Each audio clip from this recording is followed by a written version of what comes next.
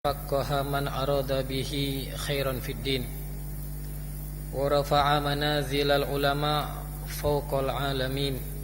أشهد أن لا إله إلا الله وحده لا شريك له شهد لنفسه بالوحدانية وشهد بها ملائكته والعلماء من المؤمنين. وأشهد أن سيدنا ونبينا محمدا عبده ورسوله وحبيبه وخليله المبعوث هدى للحائرين وقدوة للعاملين وحجة على العباد الأجمعين. اللهم فصل وسلم وكرم ومجد وعظيم على سيدنا ومولانا محمد وعلى آله وأصحابه ومن تبعه بإحسان إلى يوم الدين. أما بعد. معاشر الحاضرين والمستمعين rahimakumullah.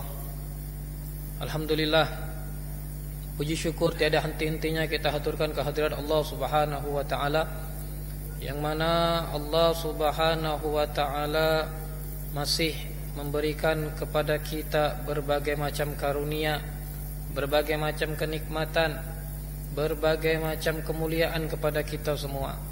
Terlebih-lebih saat ini kita diberikan kesempatan oleh Allah Subhanahu wa taala. Kita termasuk orang-orang pilihan Allah Subhanahu wa taala yang kita duduk di rumahnya Allah Subhanahu wa taala. Kita duduk di tempat yang mana pasti Allah curahkan rahmatnya. Kita duduk di tempat yang mana pasti Allah akan turunkan rahmat-rahmatnya untuk kita semua.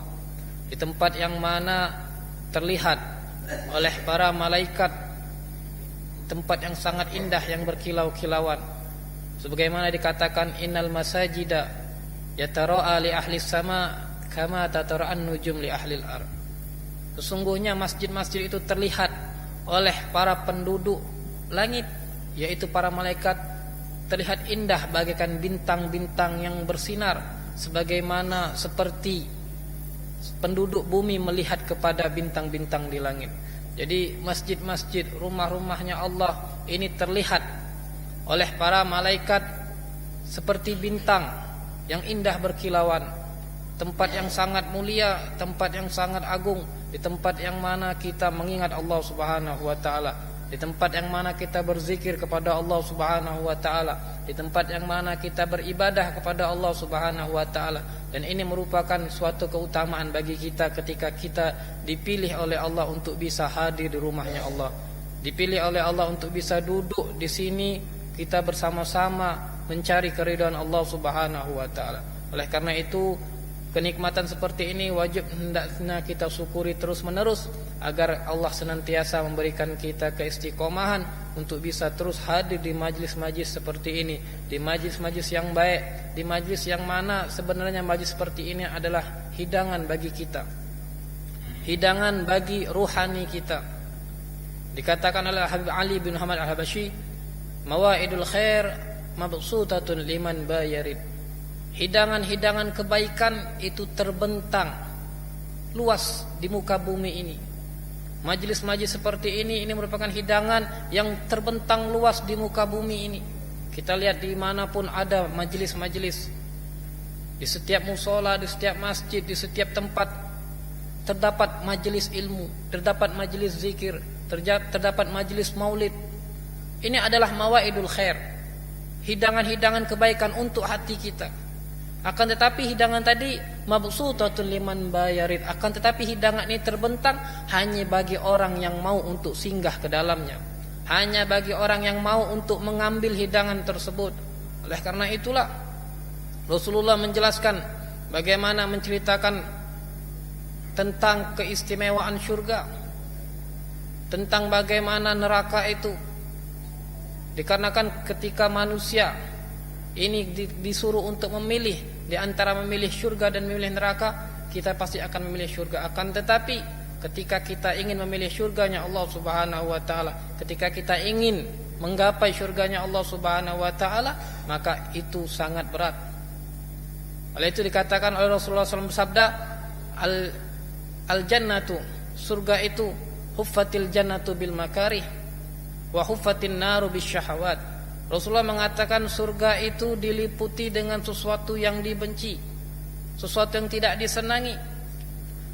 Kita perhatikan banyak cara-cara kita untuk menuju surganya Allah Subhanahu wa taala. Banyak sesuatu yang bisa kita tempuh untuk menggapai surganya Allah Subhanahu wa taala, dengan kita melaksanakan ibadah, dengan kita berzikir, dengan kita bersedekah, dengan kita melaksanakan amal-amal soleh. Ini merupakan cara-cara kita untuk menempuh menuju jalan surga Allah Subhanahu wa taala. Akan tapi Rasul mengatakan huffatil jannatu bil makari, akan tapi surga itu diliputi dengan sesuatu yang tidak disenangi. Makanya kita perhatikan majlis-majlis ilmu banyak. Masjid ini ketika orang ingin masuk gratis. Akan tetapi apa? Banyak orang yang tidak mau. Banyak orang yang tidak senang untuk duduk berlama-lama di rumahnya Allah Subhanahu wa taala.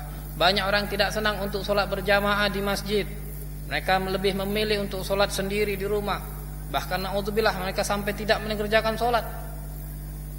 Ini yang dikatakan oleh Nabi bahwasanya surga diliputi dengan sesuatu yang tidak disenangi. Wa huffatin naru bisyahawat. Akan tetapi neraka itu diliputi dengan sesuatu yang diinginkan, diliputi dengan sesuatu yang bernilai syahwat, yang menjerumuskan kita kepada keburukan.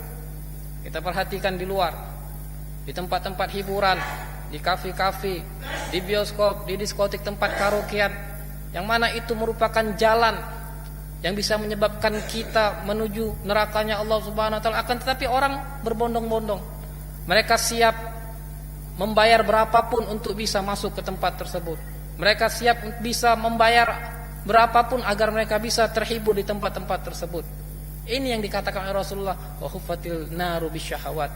Orang hanya ingin menghibur dirinya dengan syahwat, dengan kesenangan-kesenangan dunia, yang mana ini merupakan jalan. Ini adalah jalan bagi mereka yang mana mereka bisa masuk ke dalam nerakanya Allah Subhanahu wa taala. Oleh karena itulah beruntung ketika kita hadir di sini, duduk di sini. Ini merupakan suatu kemuliaan, suatu keistimewaan yang mana kita merupakan hamba-hamba yang beriman kepada Allah Subhanahu wa taala. Tadi bersama-sama kita telah berzikir. Maka tidak sembarangan orang yang bisa berzikir kepada Allah Subhanahu wa taala. Ketika kita bisa berzikir menyebut Allah Subhanahu wa taala, ketika kita bisa berzikir mengingat Allah Subhanahu wa taala, maka kita merupakan orang-orang panggilan Allah Subhanahu wa taala. Allah Subhanahu wa taala berfirman, "Ya ayyuhalladzina amanu dzkurullaha dzikran katsira wasabbihuhu bukratan wa asila." Wahai orang-orang yang beriman, berzikirlah kalian kepada Allah dengan zikir yang banyak. Jadi orang yang berzikir kepada Allah itu merupakan orang-orang yang dipanggil oleh Allah Subhanahu wa taala. Kenapa? Karena berapa banyak orang yang saat ini ketika kita berada di sini ingat kepada Allah, akan tapi mereka di luar lalai, lupa kepada Allah. Ketika kita duduk di sini alhamdulillah kita terjaga daripada perbuatan maksiat. Akan tapi orang yang di luar sana belum tentu mereka bisa menjaga diri daripada perbuatan maksiat. Ini adalah kemuliaan-kemuliaan ketika kita duduk di majlis-majlis seperti ini. Terlebih-lebih pada saat ini kita berada di salah satu bulan yang mulia, yang mana ini adalah bulan Zulhijjah. Saat ini kita berada pada tanggal 6 Zulhijjah, dan bulan Zulhijjah ini adalah merupakan salah satu bulan yang dimuliakan oleh Allah Subhanahu wa taala. Sebagaimana firman Allah Subhanahu wa taala di dalam surah At-Taubah ayat 36, Allah Subhanahu wa taala berfirman, "Inna 'iddatasy syuhur 'indallahi 12 syahran fi kitabillahi yauma khalaqas samawati wal ard minha arba'atun hurum." Sesungguhnya jumlah bilangan di sisi Allah, jumlah bilangan bulan di sisi Allah itu ada 12 bulan. Ini adalah ketetapan Allah Subhanahu wa taala ketika Allah menciptakan langit dan bumi ini. Jadi Allah Subhanahu wa taala menciptakan langit dan bumi ini, Allah menciptakan seluruhnya, dan Allah menciptakan bulan itu jumlahnya ada 12 bulan. Dari 12 bulan tersebut dikatakan oleh Allah minha arba'atun hurum. Dari 12 tersebut ada 4 bulan yang dimuliakan oleh Allah Subhanahu wa taala. Yang mana dijelaskan oleh Rasulullah sallallahu alaihi wasallam, bulan yang mulia itu yang dikatakan oleh Nabi Rasulullah SAW bersabda, "As-sanatu 12 syahron." Satu tahun itu terdapat 12 bulan, fiha arba'atun hurum, yang mana 12 bulan tersebut terdapat 4 bulan yang dimuliakan oleh Allah Subhanahu wa taala. Bulan apa saja bulan yang dimuliakan tersebut? Dikatakan salah satun mutawaliyatun. 3 bulan ini yang berturut-turut, yaitu bulan Zulqa'dah, Zulhijjah dan bulan Muharram. Dan 1 bulan berikutnya adalah Rajab allazi baina Jumada wa Sya'ban. Bulan Rajab yang mana bulan itu berada di antara Jumadil Akhir atau Jumadil Tsani dan bulan Sya'ban. Dan alhamdulillah kita saat ini berada di salah satu di bulan yang mulia tersebut, yaitu di bulan Zulhijjah, di bulan yang dimuliakan oleh Allah Subhanahu wa taala. Yang mana ketika kita berada di bulan yang mulia, maka segala amal ibadah kita dilipat gandakan oleh Allah Subhanahu wa taala. Dan juga dosa-dosa kita ketika kita lakukan di bulan yang mulia ini, maka dosa-dosa kita pun akan dilipat gandakan oleh Allah Subhanahu wa taala. Oleh karena itu hendaknya ketika kita berada di bulan yang mulia ini, di bulan yang agung ini, kita berusaha untuk meningkatkan amal ibadah kita. Kita berusaha untuk melaksanakan amal-amal soleh, yang mana ketika melakukan di bulan tersebut kita akan mendapatkan ganjaran pahala yang lebih dari Allah Subhanahu wa taala. Terlebih-lebih lagi yang mana di bulan ini Rasulullah SAW pernah bersabda menjelaskan bagaimana keutamaan di awal-awal bulan Zulhijjah.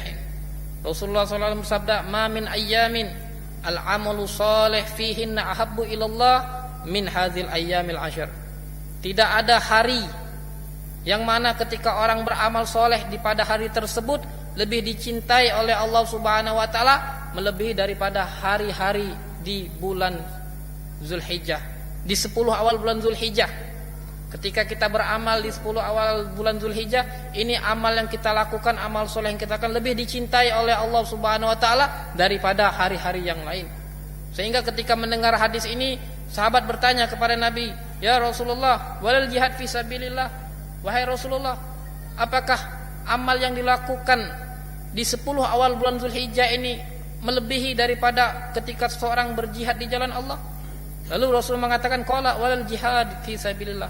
Meskipun orang itu berjihad di jalan Allah Subhanahu wa taala. Ini menjelaskan bahwasanya ketika kita melakukan amal soleh di 10 hari pertama bulan Zulhijjah, ini pahalanya sangat luar biasa, melebihi, membandingi orang yang berjihad di jalan Allah Subhanahu wa taala. Kemudian Rasulullah mengatakan, walal jihad fi sabilillah illa rajulun kharaja bi nafsihi wa malihi wa lam yarji min zalika bi syai'in. Kecuali ketika seseorang ada yang dia keluar berjihad di jalan Allah, ia keluar dengan mempertaruhkan nyawanya, ia mempertaruhkan jiwanya, dan dia membawa harta seluruhnya untuk dipergunakan di dalam berjuang di jalan Allah Subhanahu wa taala. Kemudian apa? Walam yarji min zalika bi syai'in. Akan tetapi tidak kembali sedikit pun daripada harta yang dibawanya, dan dia pun tidak kembali. Maksudnya apa? Dia meninggal dalam keadaan berjihad tersebut. Maka itu menyamai dengan ketika kita beramal di 10 hari pertama bulan Zulhijjah.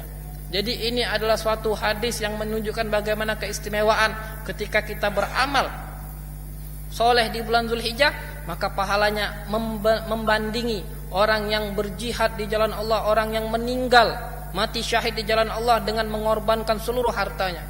Jadi untuk itu ketika kita berada di bulan Zulhijjah ini, terlebih-lebih kita masih berada di awal ini, hendaknya kita berusaha untuk memperbanyak amal soleh. Banyak yang bisa kita kerjakan untuk meningkatkan amal soleh kita, dengan kita memperbanyak membaca Al-Quran, dengan kita memperbanyak berzikir, dengan kita memperbanyak menjalin tali silaturahmi, dan juga yang paling diutamakan yaitu dengan kita berpuasa. Oleh karena itulah disunahkan, dianjurkan ketika sudah masuk tanggal 1 Zulhijjah, maka kita sudah dianjurkan untuk berpuasa. Karena apa? Karena untuk kita mengisi hari-hari awal bulan Zulhijjah ini dengan amal-amal soleh. Akan tetapi kalau kita tidak mampu untuk bisa berpuasa dari tanggal 1 Zulhijjah, kalau besok kita berusaha untuk berpuasa pada tanggal 8 dan 9 Zulhijjah. Karena pada tanggal tersebut memiliki keutamaan, keistimewaan yang luar biasa. Di tanggal 8 Zulhijjah, atau yang biasa juga disebut dengan puasa tarwiyah, ketika kita berpuasa di tanggal 8 Zulhijjah ini adalah merupakan suatu kemuliaan. Bagaimana ketika orang yang berpuasa di tanggal 8 Zulhijjah, maka dia mendapatkan keutamaan, yaitu dosa-dosanya akan diampuni oleh Allah Subhanahu wa taala selama 1 tahun yang lalu. Ini adalah keutamaan ketika seseorang itu berpuasa pada tanggal 8 Zulhijjah, yaitu puasa tarwiyah, yang insyaallah pada tahun ini insyaallah jatuh pada hari Jumat. Dan juga kita berusaha untuk berpuasa, yaitu puasa yang sangat disunahkan, yaitu puasa Arafah. Itu puasa Arafah, puasa pada tanggal 9 Zulhijjah. Yang mana di sini Rasulullah menjelaskan bagaimana tentang keutamaan daripada puasa di tanggal 9 Zulhijjah atau puasa Arafah. Rasulullah mengatakan, siyamu yaumi Arafah ahtasibu 'ala Allah an yukaffiru sanatal lati qablahu wa sanatal lati ba'dahu. Sebuah hadis yang diriwayatkan oleh Imam Muslim mengatakan Rasulullah bersabda, puasa hari Arafah yaitu tanggal 9 Zulhijjah itu pahalanya adalah yukaffirus sanatal madiyah. Allah akan mengampuni, Allah akan menghapus kesalahan-kesalahan dosa-dosanya 1 tahun yang telah lalu, wasanatul lati ba'dahu, dan 1 tahun yang akan datang. Ini adalah keutamaan, kemuliaan daripada orang-orang yang mengisi hari-hari di awal bulan Zulhijjah dengan berbagai macam ibadah, terlebih-lebih yaitu puasa. Karena adalah puasa amalan yang paling utama. Karena Rasulullah bersabda dalam hadis qudsi dikatakan, as-shaumu li wa ana ajizi bi. Dalam hadis qudsi Allah Subhanahu wa taala berkata, puasa itu untukku dan aku yang akan membalas puasa tersebut. Yang mana ketika kalau kita beramal satu amalan, maka Allah akan lipat gandakan 10 kali, bahkan sampai ratusan kali. Akan tetapi ketika puasa, ini adalah hak hanya Allah Subhanahu wa taala untuk membalas bagi orang yang mengerjakan amal puasa. Oleh karena itu hendaknya kita berusaha dari sekarang berniat, insyaallah nanti tanggal 8 Zulhijjah yaitu hari Jumat dan tanggal 9 Zulhijjah yaitu hari Sabtu, kita bisa diberikan hidayah, diberikan kekuatan oleh Allah untuk bisa melaksanakan puasa tarwiyah dan puasa Arafah, yang mana itu adalah memiliki kemuliaan yang luar biasa, keutamaan yang luar biasa, yang mana bisa menghapuskan dosa-dosa kita 1 tahun yang akan datang dan 1 tahun yang telah lalu. Ini adalah keutamaan daripada puasa di bulan Arafah. Ma'asyiral hadirin wal mustami'ina rahimakumullah. Mungkin kita lanjutkan pelajaran kita di dalam mengenai sirah nabawiyah. Kemarin kita sudah sedikit menceritakan bagaimana tentang peristiwa kejadian atau cerita masuk Islamnya Sayyidina Umar ibn Khattab radhiyallahu anhu, yang mana sahabat Umar ibn Khattab ini merupakan salah satu sahabat yang asyidda 'alal kufar, yang sangat keras terhadap orang-orang kafir. Akan tetapi ruhama bainahum, akan tetapi sangat kasih sayang kepada sesama umat Islam. Sekarang mungkin kita sedikit menjelaskan tentang irhasad. Irhasad ini adalah suatu peristiwa-peristiwa luar biasa yang terjadi, yang dialami oleh Nabi Muhammad SAW sebelum beliau diutus menjadi nabi. Sebelum beliau diangkat menjadi nabi pun, daripada masa kelahiran Rasulullah terjadi peristiwa-peristiwa yang sangat luar biasa, peristiwa khariqul adah, luar dari kebiasaan, yang mana tidak pernah terjadi sebelumnya. Ini menunjukkan bahwasanya tentang kemuliaan dari baginda Nabi besar Muhammad sallallahu alaihi wasallam. Banyak sekali ketika Rasulullah diangkat menjadi nabi, diutus menjadi nabi di usia 40 tahun, terjadi peristiwa-peristiwa yang luar biasa, itu disebut dengan mukjizat. Akan tetapi sebelum diutusnya, sebelum diangkatnya Rasul menjadi nabi, peristiwa yang terjadi yang luar biasa yang terjadi pada Nabi Muhammad itu disebut dengan irhasad. Diriwayatkan waruya Ibnu Sa'id an ummi Rasulullah sallallahu alaihi wasallam, diriwayatkan daripada Ibnu Sa'id daripada ummi Rasulullah sallallahu alaihi wasallam, daripada ibunya Nabi Muhammad sallallahu alaihi wasallam, qalat, ibunya Nabi yaitu Sayyidatuna Aisyah berkata, lamma waladtuhu kharaja min farji nurun adha'at lahu qusurus Syam.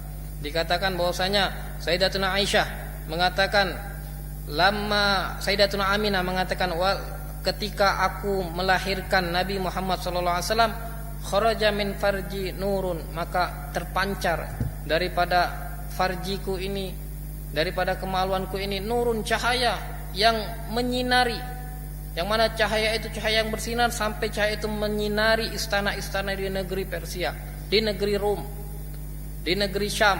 Ini adalah salah satu irhasad.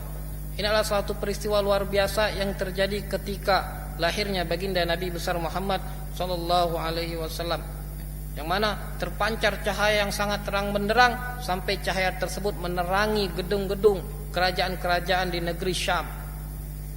Kemudian dikatakan waqad ruya anna irhasat bil ba'tsati waqat inda miladi. Diriwayatkan bahwasanya irhasat peristiwa-peristiwa sebelum diutusnya Nabi Muhammad SAW waqat inda miladi banyak terjadi ketika di waktu kelahiran Nabi Muhammad SAW. Jadi ketika akan lahirnya Nabi Muhammad banyak sekali peristiwa-peristiwa luar biasa yang terjadi, peristiwa-peristiwa yang sebelumnya tidak pernah terjadi. Seperti fasaqatat arba'u asyarata syurfatan min iwani Kisra. Sebagian dari peristiwa tersebut adalah robohnya, jatuhnya 14 tiang penyangga di kerajaan Mesir, di kerajaan Kisra Persia. Di kerajaan Persia ketika lahirnya Nabi Muhammad SAW terjadi goncangan yang sangat hebat, goncangan yang sangat dahsyat di kerajaan Kisra, sehingga goncangan tersebut merobohkan 14 tiang penyangga kerajaan tersebut. Kemudian wa khamadatin naru allati ya'buduhal majus. Dan kemudian ketika wafatnya, ketika lahirnya Rasulullah SAW, padamnya api, yang mana api ini disembah oleh orang-orang Majusi selama 1000 tahun. Selama 1000 tahun api ini disembah oleh orang-orang Majusi, orang-orang yang menyembah api. Akan tetapi ketika lahirnya Nabi Muhammad SAW, maka dengan seketika api itu pun menjadi padam. Ini adalah peristiwa-peristiwa yang luar biasa yang terjadi ketika lahirnya Nabi Muhammad SAW. Dan peristiwa yang berikutnya itu wan hadamat kana isa haula buhairah sawatan ba'da an ghadat. Kemudian peristiwa lainnya yang terjadi ketika lahirnya Nabi Muhammad SAW adalah yaitu hancurnya, robohnya gereja-gereja yang berada di sekitar Danau Sawah. Danau Sawah ini danau di daerah, kalau sekarang negeri Irak, ba'da'an ghadat, yang mana di daerah danau itu sebelumnya danau itu mengering, dan itu setelah danau itu mengering tidak berapa lama robohlah gereja-gereja, kanais, tempat-tempat ibadah orang-orang Nasrani, orang-orang Yahudi, yang mana itu semua roboh dengan peristiwa lahirnya Nabi Muhammad SAW. Jadi ini adalah irhasat, kemuliaan-kemuliaan yang terjadi ketika lahirnya Nabi Muhammad SAW. Yang mana irhasat ini, peristiwa ini menunjukkan bahwasanya Rasulullah ini adalah bukan manusia yang biasa. Beliau adalah insanul kamil, manusia yang sempurna, al-mukammal, yang disempurnakan oleh Allah Subhanahu wa taala, yang mana memang kelak akan menjadi sayyidul alamin, menjadi pemimpin orang-orang di semesta alam ini.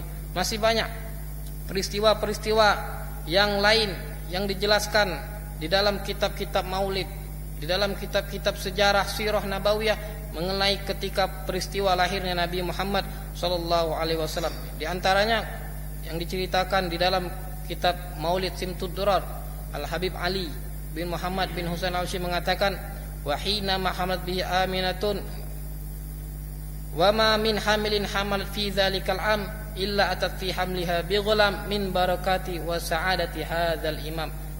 Habib Ali mengatakan, wa ma min hamilin, tidaklah perempuan yang mengandung pada waktu tersebut, tidaklah perempuan mengandung pada masa kelahiran Nabi Muhammad sallallahu alaihi wasallam, hamalat fi dzalikal am illa atat fi hamliha bi ghulam, kecuali yang bayi yang dikandung adalah bayi laki-laki, min barakati wa sa'adati hadzal imam. Ini terjadi dikarenakan, disebabkan karena apa?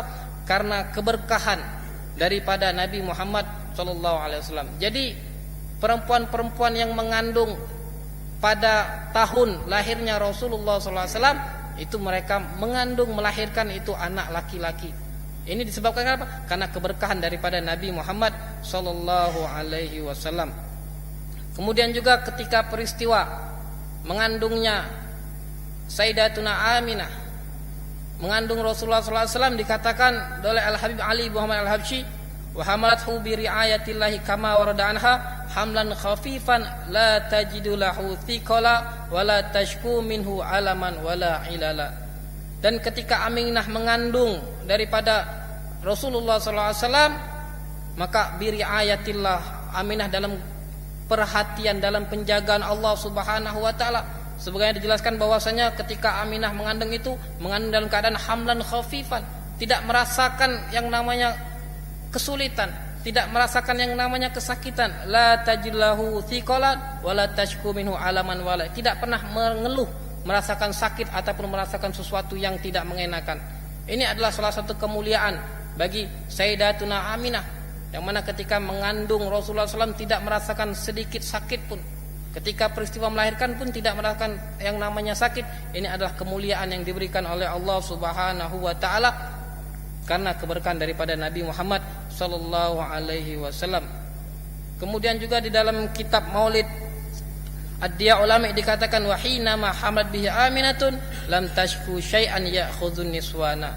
Ketika Sayyidatuna Aminah melahirkan Nabi Muhammad, mengandung Nabi Muhammad, lam tashku syai'an ya'khudhun niswana, tidak merasakan, tidak mengeluh rasakan sesuatu apapun, tidak merasakan mengeluh sakit apapun, ya'khudhun niswana, sebagaimana yang dirasakan oleh perempuan-perempuan yang lain. Ketika seorang melahirkan, mereka pasti merasakan sakit yang luar biasa. Akan tetapi Sayyidatuna Aminah ketika melahirkan Rasulullah SAW tidak merasakan sakit sedikit pun, dikarenakan keberkahan daripada baginda Nabi besar Muhammad sallallahu alaihi wasallam. Inilah sedikit irhasot peristiwa-peristiwa luar biasa yang terjadi sebelum kelahiran Nabi Muhammad sallallahu alaihi wasallam. Kemudian dikatakan walamma waladathu ummuhu, ketika Sayyidatuna Aminah melahirkan Nabi Muhammad sallallahu alaihi wasallam, arsalat ila jaddihi Abdul Muttalib, dia mengutus seseorang kepada kakeknya Nabi Muhammad sallallahu alaihi wasallam, tabsyirahu bi hafidihi, yang mana menggabarkan, memberikan kabar gembira dengan kelahiran daripada cucunya. Jadi ketika Aminah melahirkan, Aminah mengutus seseorang untuk mengabarkan berita gembira ini kepada kakeknya Abdul Muttalib. Kemudian dikatakan faja'a mustabshiran, kemudian Abdul Muttalib datang dengan keadaan bergembira, sangat bergembira dengan kelahiran Nabi Muhammad ini. Kemudian datang ke rumah Sayyidatuna Aminah, datang menjenguk daripada bayi kecil Nabi Muhammad sallallahu alaihi wasallam, wa dakhala bil Ka'bah, kemudian menggendong ini bayi Nabi Muhammad, bayi kecil ini menggendong masuk ke dalam Ka'bah, wa da'allahu wa syakara lahu, kemudian Abdul Muttalib membawa masuk ke dalam Ka'bah dan mendoakan ini bayi, yaitu mendoakan Nabi Muhammad sallallahu alaihi wasallam dan bersyukur kepada Allah Subhanahu wa taala karena telah diberikan seorang cucu laki-laki. Wakhtarahu lahu isma Muhammad. Kemudian Abdul Muttalib kakek Nabi memilihkan nama, memberikan nama kepada bayi ini dengan nama Muhammad. Jadi nama Muhammad ini diberikan oleh kakeknya, yaitu Abdul Muttalib. Jadi kakek Nabi yang memberikan nama Muhammad kepada Nabi Muhammad sallallahu alaihi wasallam. Wa hadzal ismu lam yakun ma'rufan fil Arab, yang mana nama Muhammad ini sebelumnya tidak pernah ada di bangsa Arab. Orang-orang Arab tidak ada yang pernah menamakan anak-anaknya itu dengan nama Muhammad. Jadi nama Muhammad ini adalah pertama kali yang diberikan kepada bayi yang bernama Muhammad, yaitu kepada Nabi Muhammad sallallahu alaihi wasallam. Jadi di sini dikatakan bahwasanya yang pertama kali mempunyai nama Muhammad itu ialah Nabi Muhammad sallallahu alaihi wasallam. Di dalam Maulid Al-Barzanji dikatakan wa utiyat ummuhu fil manami faqala laha innaki qad hamalti bi sayyidil alamin wa khairil bariyah. Ketika Sayyidatuna Aminah melahirkan, mengandung Nabi Muhammad sallallahu alaihi wasallam, maka datang malaikat kepada Sayyidatuna Aminah dan mengatakan faqalalah innaki qad hamalti bi sayyidil alamin, sungguhnya engkau sekarang ini sedang mengandung seseorang yang akan menjadi pemimpin di semesta alam ini, wa khairil bariyah, dan engkau mengandung manusia yang sebaik-baiknya. Engkau mengandung seseorang yang akan menjadi pemimpin dan seseorang yang sangat baik, yang menjadi manusia terbaik di muka bumi ini. Kemudian wasammihi iza wada'tihi Muhammadan li'annahu satuhmadu uqba. Kemudian dikatakan dan berilah nama anak ini dengan nama Muhammad. Karena apa? Karena anak ini suatu saat, karena anak ini pasti ketika dia besar dia akan menjadi orang yang selalu dipuji. Jadi nama Muhammad ini pun telah diwahyukan oleh malaikat, telah diperintahkan oleh malaikat, dan ini merupakan perintah dari Allah Subhanahu wa taala untuk diberikan nama dengan nama Nabi Muhammad sallallahu alaihi wasallam. Jadi nama Muhammad yang artinya orang yang banyak dipuji. Ini adalah suatu kemuliaan.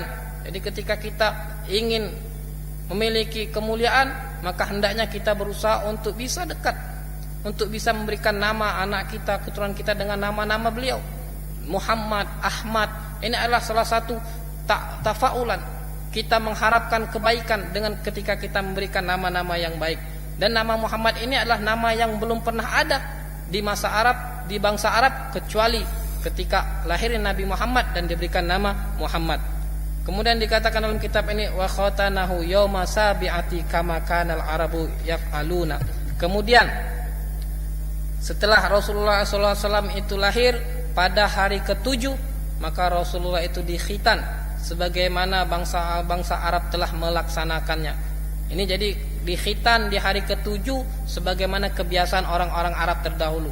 Jadi peristiwa khitan ini merupakan syariat yang asalnya dimulai daripada, kalau kita bahas sejarah khitan, Rasulullah mengatakan bahwasanya khitan ini dimulai dari masa Nabi Ibrahim alaihissalam, yang mana Rasulullah bersabda ikhtatana Ibrahim alaihissalam wa huwa ibnu samanina sana. Nabi Ibrahim itu diperintahkan oleh Allah untuk berkhitan ketika beliau berusia 80 tahun. Di sini menjelaskan bahwasanya khitan ini ketika pertama kali diturunkan syariat khitan kepada Nabi Ibrahim, kemudian syariat ini terus diteruskan oleh anak-anak Nabi Ibrahim, yaitu Nabi Ishak, Nabi Ismail, terus syariat ini terus kepada nabi-nabi setelahnya, sampai syariat ini pun datang kepada kita umatnya Nabi Muhammad sallallahu alaihi wasallam. Dalam kitab ini dikatakan bahwasanya Rasulullah itu dikhitan pada hari ke-7. Akan tetapi dalam riwayat lain dikatakan bahwasanya Rasulullah itu ketika lahir itu sudah dalam keadaan terkhitan. Jadi ada perbedaan pendapat tentang masalah khitan, yang mana kalau di dalam Maulid Simtud Durar dikatakan wa kana sallallahu alaihi wasallam ulida makhtunan makhulan maktu as-surrah. Al Habib Ali bin Muhammad bin Husain Al-Habsyi mengatakan bahwasanya Rasulullah itu ulida makhtunan, telah dikhitan. Jadi ketika Rasulullah itu lahir sudah dalam keadaan terkhitan. Makhulan, Rasulullah itu lahir dalam keadaan sudah memakai celak. Maktu as-surrah, Rasulullah mana itu ketika Rasulullah itu sudah dalam keadaan lahir sudah terputus tali pusarnya. Ini adalah suatu kemuliaan daripada Nabi Muhammad sallallahu alaihi wasallam. Jadi ini sedikit kisah-kisah keutamaan atau irhasad yang terjadi dalam lahirnya Nabi Muhammad sallallahu alaihi wasallam. Ini irhasad menunjukkan kemuliaan, dan masih banyak lagi peristiwa-peristiwa yang terjadi sebelum diutusnya Nabi Muhammad menjadi nabi, yang mana ini semua peristiwa yang agung tersebut ingin menunjukkan bahwasanya ini Rasulullah, ini Muhammad sallallahu alaihi wasallam adalah orang yang bakal menjadi manusia yang sangat mulia, orang yang bakal selalu disebut, bakal selalu dipuji. Sampai saat ini kita selalu menyebut nama Muhammad sallallahu alaihi wasallam, kita selalu berselawat kepada Nabi Muhammad sallallahu alaihi wasallam. Ini menunjukkan bahwasanya ini adalah kemuliaan yang diberikan kepada kita umatnya Nabi Muhammad sallallahu alaihi wasallam. Kita diperintahkan oleh Allah Subhanahu wa taala untuk berselawat, yang mana ketika orang-orang ini berselawat, maka yang berselawat tersebut adalah orang-orang yang merupakan orang pilihan Allah Subhanahu wa taala. Sama seperti ketika kita berzikir, perintah Allah Subhanahu wa taala, innallaha wa malaikatahu yusholluna 'alan nabi. Sesungguhnya Allah dan para malaikatnya bersalawat kepada Nabi Muhammad sallallahu alaihi wasallam. Allah memerintahkan kita salat, akan tapi Allah tidak salat. Allah memerintahkan kita zakat, akan tapi Allah tidak berzakat. Allah memerintahkan haji, Allah tidak berhaji. Akan tapi ketika Allah memerintahkan kita untuk bersalawat, Allah sendiri yang memulai mengerjakan amal tersebut. Dikatakan innallaha, sesungguhnya Allah dan para malaikatnya bersalawat. Ini menunjukkan maksudnya keagungan Nabi Muhammad SAW, sehingga Allah pun bersalawat mencurahkan rahmatnya kepada Nabi Muhammad SAW. Kemudian ya ayyuhalladzina amanu, wahai orang-orang yang beriman, sallu alaihi wasallimu taslima, bersalawatlah kalian kepada Nabi Muhammad sallallahu alaihi wasallam. Jadi ketika kita mampu bersalawat kepada Nabi Muhammad, kita termasuk orang-orang yang beriman. Dikarenakan tidaklah mungkin orang bisa bersalawat kepada Nabi kecuali orang itu beriman kepada Allah Subhanahu wa taala. Dikarenakan Allah hanya memanggil orang-orang yang beriman yang bisa bersalawat kepada baginda Nabi besar Muhammad sallallahu alaihi wasallam. Oleh karena itu hendaknya kita perbanyak bersalawat kepada Nabi Muhammad sallallahu alaihi wasallam, yang mana dengan memperbanyak bersalawat ini adalah salah satu cara kita agar kita kelak bisa mendapatkan syafaat dari baginda Nabi besar Muhammad sallallahu alaihi wasallam. Dan dengan bersalawat ini adalah salah satu cara kita agar kita dekat dengan Nabi Muhammad sallallahu alaihi wasallam, sebagaimana Nabi Muhammad sallallahu alaihi wasallam bersabda, "Aqrabukum minni majalisan yaumal qiyamah aktsarukum alayya sholata." Paling dekatnya kalian kepadaku pada hari kiamat nanti adalah orang yang paling banyak membaca salawat kepadaku. Semakin kita memperbanyak membaca salawat kepada Nabi Muhammad sallallahu alaihi wasallam, maka kita akan semakin dekat dengan Nabi Muhammad sallallahu alaihi wasallam. Kita memohon kepada Allah Subhanahu wa taala, mudah-mudahan kelak kita semua dikumpulkan di surganya Firdaus, surganya Nabi Muhammad sallallahu alaihi wasallam bersama Nabi Muhammad sallallahu alaihi wasallam. Kita bisa memandang wajah Nabi Muhammad sallallahu alaihi wasallam, yang mana ketika kita ingin memandang wajah beliau maka akan hilanglah segala kesulitan dalam hidup kita.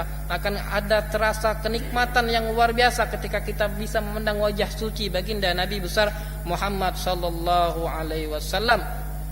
Demikianlah taklim kita sekarang. Mudah-mudahan dengan keberkahan kita menyebut nama baginda Nabi besar Muhammad sallallahu alaihi wasallam akan turun rahmat kepada kita semua. Rahmat Allah akan Allah turunkan kepada kita, sebagaimana Al-Imam Sufyan bin Uyainah pernah berkata, "Inda dzikris sholihin tanzilur rahmah." Ketika kita menyebut orang-orang soleh, maka Allah akan menurunkan rahmatnya kepada kita. Lalu bagaimana ketika kita menyebutkan manusia yang paling soleh, manusia yang paling mulia, yaitu baginda Nabi besar Muhammad sallallahu alaihi wasallam, maka sudah pasti Allah bakal menurunkan rahmatnya yang sangat luar biasa kepada kita dengan kita mengingat menyebut nama baginda Nabi besar Muhammad sallallahu alaihi wasallam. Hadza minni wal afu minkum. Sebelum kita tutup, marilah kita bersama-sama membacakan surah Al-Fatihah yang kita hadiahkan kepada almarhum, yang mana pada hari ini kita mendengar kabar bahwasanya salah seorang ulama karismatik di negeri kita ini, yaitu Kiai Haji Maimun Zubair, yang telah berpulang ke rahmatullah pada hari ini di kota suci Mekah. Mudah-mudahan Allah Subhanahu wa taala mengampuni dosa-dosa beliau, Allah Subhanahu wa taala mengangkat derajat beliau, dan Allah Subhanahu wa taala memberikan tempat yang layak di sisinya, dan memberikan keberkahan beliau kepada kita semua, kepada orang-orang, kepada murid-muridnya diberikan ketabahan, kepada keluarganya diberikan ketabahan, dan kita memohon keberkahan agar semua yang diberi musibah diangkat musibahnya oleh Allah Subhanahu wa taala, diberikan kemudahan dalam setiap urusannya, diberikan kemudahan dalam setiap kesulitannya, dan semoga hajat-hajat kita dikabulkan oleh Allah Subhanahu wa taala. Al-Fatihah ila ruh ya Haji Maimun Zubair, Allah yaghfir lahu wa yarhamhu yaskinu jannata bi rahmatihi wa adraitin fil jannah wa yanfa'una bi barakatihi wa asrarihi wa anwarihi wa ulumna nafati fid dunya wal akhirah wa ala hadhihi wa kulli natin salihah ila hadratin Nabi Muhammadin sallallahu alaihi wasallam. Surah Al-Fatihah. A'udzubillahi minasyaitonir rajim. Bismillahirrahmanirrahim. Alhamdulillahirabbil alamin arrahmanir rahim maliki yaumiddin. Iyyaka na'budu wa iyyaka nasta'in. Ihdinas siratal mustaqim. Siratal ladzina an'amta 'alaihim ghairil maghdubi 'alaihim waladdallin. Amin. Astaghfirullahaladzim. A'udzubillahi minasyaitonir rajim. Bismillahirrahmanirrahim. Alhamdulillahirabbil alamin sallim ala sayyidina Muhammadin wa ala ali sayyidina Muhammad. Allahumma fir lahu warhamhu wa'afi wa'afan wa akrim nuzulahu wa si madkhalahu waghsilhu bil ma'i was salji wal bara. Allahumma la tahrimna ajrahu wa la taftinna ba'du waghfir lana wa lahu wa li ikhwanina allazina sabaquna bil iman wa la taj'al fi qulubina ghillan lil ladzina amanu rabbana innaka ghafurur rahim. Allahumma ahyina mu'minan, Allahumma tawaffana al islam wal iman ya arhamar rahimin ya arhamar rahimin ya arhamar